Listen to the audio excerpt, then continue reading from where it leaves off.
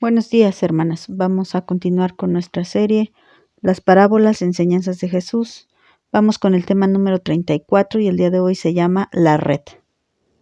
Esta parábola la vamos a encontrar en el libro de Mateo, capítulo 13, versículos 47 al 50. Vamos a darle lectura. Dice así la palabra de Dios. Asimismo, el reino de los cielos es semejante a una red que, echada en el mar, recoge de toda clase de peces, y una vez llena, la saca a la orilla y sentados, recogen lo bueno en cestas y lo malo echan fuera. Así será el fin del siglo.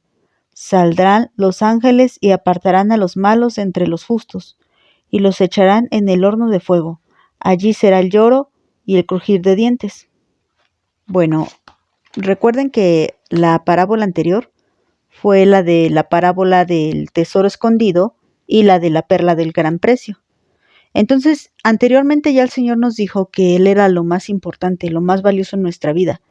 Pero aquí ya está hablando de un juicio, ya está hablando de cuando vamos a ser juzgados.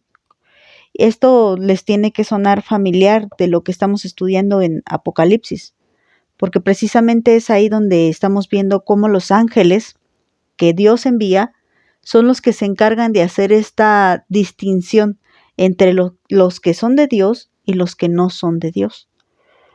En esta parte de la palabra vamos a ver que dice que el reino de los cielos ahora es semejante a una red. ¿Qué nos está simbolizando con la red?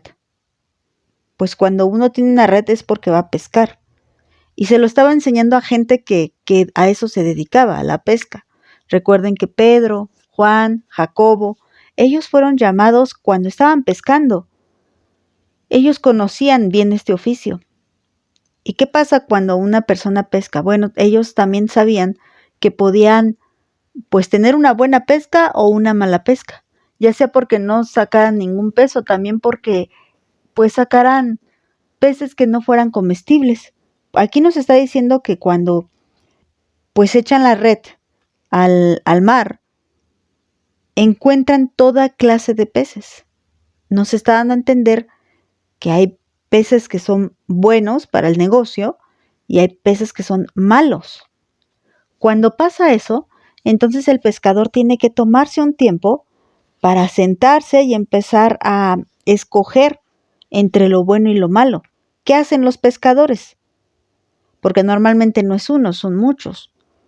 Pues los pescadores recogen lo que les va a servir, los peces buenos, los recogen en cestas y los malos pues los echan fuera. Y dice el Señor que esto que están haciendo ellos, con lo cual Él compara el reino de los cielos, así será, que los que serían los pescadores, en este caso serían los ángeles, y ellos son los que se van a sentar, como dice aquí en la parábola, a escoger entre lo bueno y lo malo. Porque así Dios lo ha ordenado. La autoridad que tienen para hacer esto viene de Dios. Y entonces ellos van a hacer lo que Dios les ha mandado como siervos de Dios. ¿Y qué van a hacer? De lo que han pescado, van a separar. Aquellos no van a pescar peces, sino personas. ¿Recuerdan cuando nuestro Señor Jesús le dijo a Pedro que ya no iba a ser el más pescador de peces, sino que lo iba a convertir en pescador de hombres? Mateo 4:19. Y les dijo, vengan en pos de mí y los haré pescadores de hombres. Si vemos en el versículo 18 dice que le estaba llamando a uno que es Simón, llamado Pedro, y Andrés su hermano. Y ellos eran pescadores de peces y ahora los hace pescadores de hombres. ¿Por qué? Porque ellos hablan en cuanto al evangelio. Pero aquí en el caso de los ángeles, que ellos eran pescadores también de hombres, pero ellos no era para compartirles el evangelio, porque recuerda que el compartir el evangelio es un privilegio que Dios ha dado solamente a los seres humanos. Solo las personas podemos ser salvos y también solo las personas podemos pues compartirnos unos a otros. Dice también en la palabra de Dios que ellos se maravillan al escuchar el evangelio. Esto lo dice ahí en Primera de Pedro 1:12, y más que maravillarse por escuchar el Evangelio, también se maravillan porque aunque lo escuchen y aunque lo hablen, no lo pueden vivir en sí mismos, porque nosotros somos los que hemos sido privilegiados de parte de Dios en eso. Entonces tenemos que tener mucho cuidado en no desperdiciar. Una vez que hemos recibido el Evangelio y que lo hemos aceptado y que lo entendemos, no podemos desperdiciar este regalo tan precioso, porque les vuelvo a repetir, él ya habló de eso, del tesoro escondido, de la perla escondida. Este evangelio tan precioso que ya encontramos, el conocer a Dios, el intimar con Dios, es algo que solamente pues ha sido permitido al hombre, que a pesar de estar en pecado, ahora Cristo murió por nosotros y que podemos ser reconciliados con Dios. Esto es algo que solamente Dios lo ha permitido y planeado para la humanidad, pero ahora le da una función a los ángeles que a nosotros no nos da. ¿Y cuál es esa función? El venir a ejecutar sus juicios en el final de los tiempos. Y esta parábola de eso está hablando, del final de los tiempos, porque habla de peces que se pueden comer y de peces que no se pueden comer, y hay que desechar los que no se pueden comer y recoger los que se pueden comer. ¿Y esto qué habla? Los que se pueden comer son los justos, porque dice en el 49, así será al final del siglo, saldrán los ángeles y apartarán a los malos entre los justos. Bueno, los que sí se pueden comer, los que son buenos para el negocio de la pesca, son los justos. Y no dice qué va a pasar con ellos aquí aparentemente, pero cuando nos dice qué va a pasar con los malos, entonces entendemos qué va a pasar con los justos. Los que no son comestibles, estos representan a la gente mala.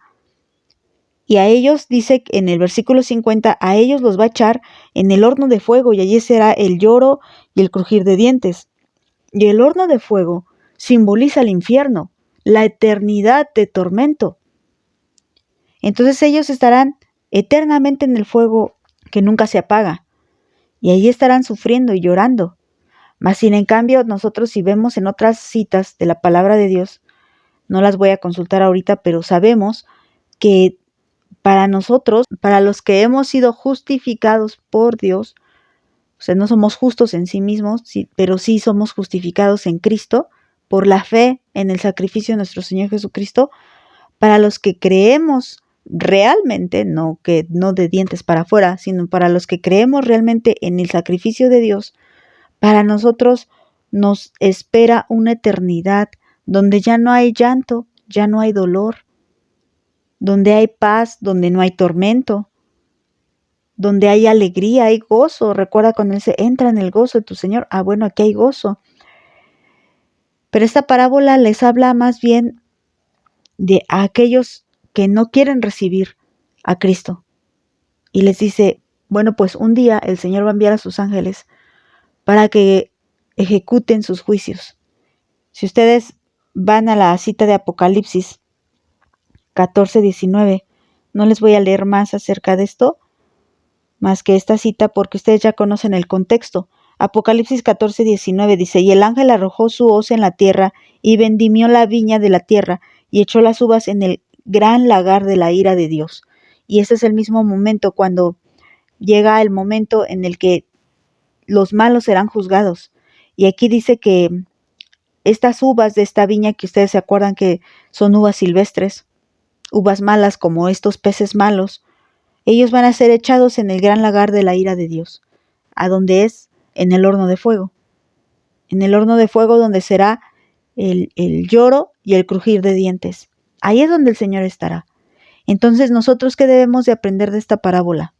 Pues nosotros tenemos que tener mucho cuidado, porque hay muchos que nunca recibirán al Señor, hay otros que apostatarán de la fe, y todos ellos serán echados en el gran lagar de la ira de Dios, que es el horno de fuego del cual nos dice aquí Mateo.